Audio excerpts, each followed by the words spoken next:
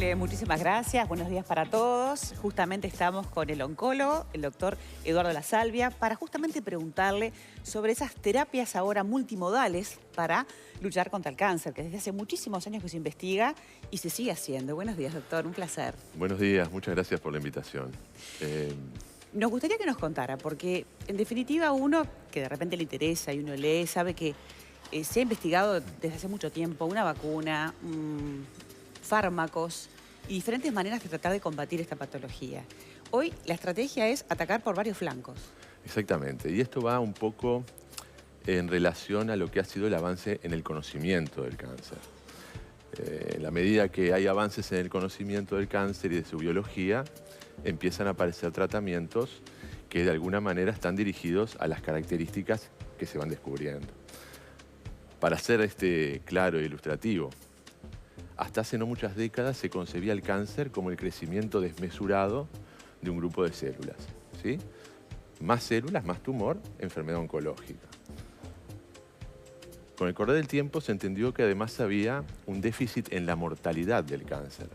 Es decir, se empezó a concebir a la célula maligna como una célula conceptualmente inmortal. Por lo tanto, mayor replicación, menor mortalidad, más tumor. Más adelante se entendió que en el cáncer había además una heterogeneidad celular, una policlonalidad. ¿Qué quiere decir esto? Quiere decir que dentro de un mismo tumor había varias subpoblaciones tumorales, ¿sí? Diferentes tipos de células. Esto condicionaba a los tratamientos y lo sigue condicionando hoy en día.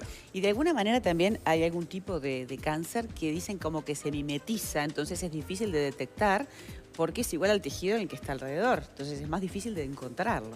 Claro, eso se refiere a la diferenciación celular, es decir, a las características que hacen que la célula maligna de alguna manera se diferencie del tejido en el que asienta.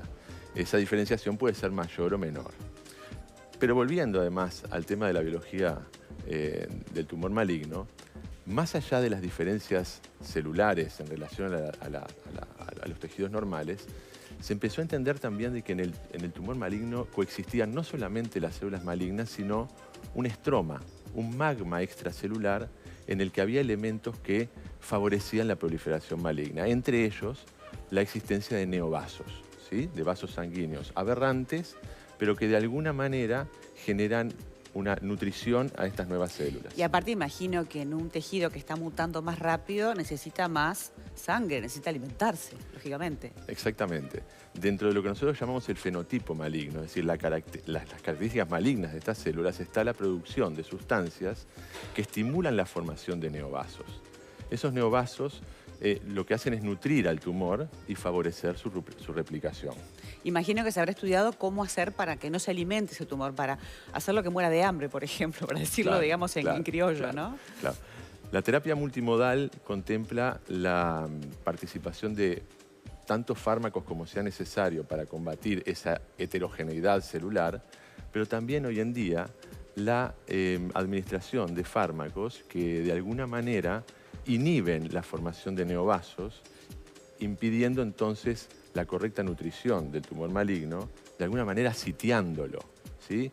Este es un concepto que tiene varias décadas. Ya en la década del 60, 70, un investigador, biólogo y médico americano, Judah Folkman, describió la neoangiogénesis como un fenómeno que se observaba frecuentemente en los tumores malignos. De alguna manera también eso es algo natural, cuando uno se lastima y se necesita generar la cascarita, por así decirse, o de repente en el momento que estamos gestando un bebé las mujeres, que se necesita más cantidad de vasos, es un proceso natural. Ahora, en el caso de un tumor que está creciendo, ¿también genera esa situación de buscar tener más cantidad de vasos, más cantidad de alimento? Exacto.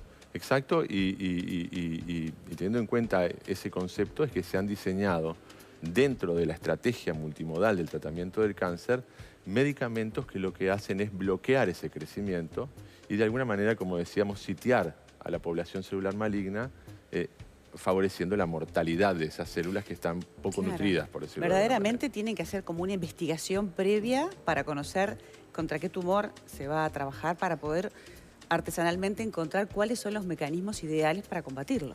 Creo que esa es la palabra, artesanalmente. Es decir, hoy en día el cáncer ya no es cáncer de mama, cáncer de pulmón, cáncer de colon. Hoy el cáncer tiene varios apellidos, por decirlo de alguna manera. Las características biomoleculares que surgen de la experiencia que nos ha otorgado el conocimiento del genoma hacen que las células tengan características muy propias, muy definitorias, muy características que nos orienten a nosotros en cuanto a cuál es el mejor tratamiento para ese paciente. Es decir, hoy no todas las mujeres con cáncer de mama reciben el mismo tratamiento, no todos los pacientes con cáncer de colon reciben el mismo tratamiento y así lo podemos extender a prácticamente todas las enfermedades. Sí, se habla de blancomoleculares, de terapias biogenéticas, que son palabras como muy complicadas, pero entiendo que tiene que ver justamente con detectar ese origen para poder ir ahí, al asunto, al núcleo de la cosa, ¿no? Exacto, exacto. Hubo una revolución en cuanto al conocimiento del cáncer cuando por allá por el año 2000 se terminó de definir el genoma humano y se empezaron a identificar las mutaciones genómicas y su traducción proteómica, es decir, su traducción en cuanto a las proteínas celulares que condicionaban una diferenciación que en algunos casos lleva a la malignidad. ¿Sí? Claro. También se están creando como unas especies de vacunas propias como para elevar el sistema inmune. En definitiva, el cáncer ataca nuestro sistema inmune. Sí. Pero también es un tipo de tratamiento, ¿verdad? Sí, sí, la inmunoterapia es el más novel de los procedimientos terapéuticos en el cual los oncólogos estamos cifrando nuestras mayores esperanzas, ¿no? Porque de alguna manera hay que entender que algo estaba sucediendo en nuestro sistema inmunitario para que, acostumbrado a luchar contra una cantidad de agresiones que periódicamente, a las que periódicamente nos exponemos, fuera absolutamente ineficaz para el manejo de la enfermedad oncológica. Hoy en día se sabe que dentro de las características de la célula maligna está la producción de sustancias que intervienen en el correcto funcionamiento del sistema inmunitario. Entonces, la afectación de esas sustancias intermediarias nos permite lograr liberar al sistema inmunitario para que tenga la mejor de las performances posibles. Tenemos siempre alguna consulta del público, pero antes de la pregunta me gustaría preguntarle cortito, ¿este tipo de terapia antiangiogénica aplica para todo tipo de cáncer o no? Bueno, desde el punto de vista conceptual, prácticamente todos los tumores tienen exacerbada la angiogénesis tumoral, ¿sí? La neoangiogénesis. Pero desde el punto de vista práctico, se observa que algunos tumores, ¿sí?, son más sensibles a la terapia antiangiogénica, posiblemente porque en esos tumores la neoangiogénesis sea un componente preponderante en su malignidad, digamos, ¿no? Bien, bien. Vamos a ver qué es lo que nos preguntan desde el público, porque obviamente mucho se fija la gente hoy en San Google, pero lo importante es hablar con un profesional. Sí. Tenemos a Noelia que nos pregunta, dice, tengo una fuerte predisposición al cáncer de mama, todas las mujeres de mi familia lo padecieron. ¿Para qué tipo de tumores se aplica este tratamiento? Un poco lo que yo recién le consultaba. Sí, bueno, primera cosa, bueno, surge claramente de la pregunta que hay una predisposición en la familia al cáncer de mama. Eso debe ser muy tenido en cuenta por todas las integrantes mujeres de esta familia que deben tener una especial preocupación en la captación precoz de una eventual patología oncológica.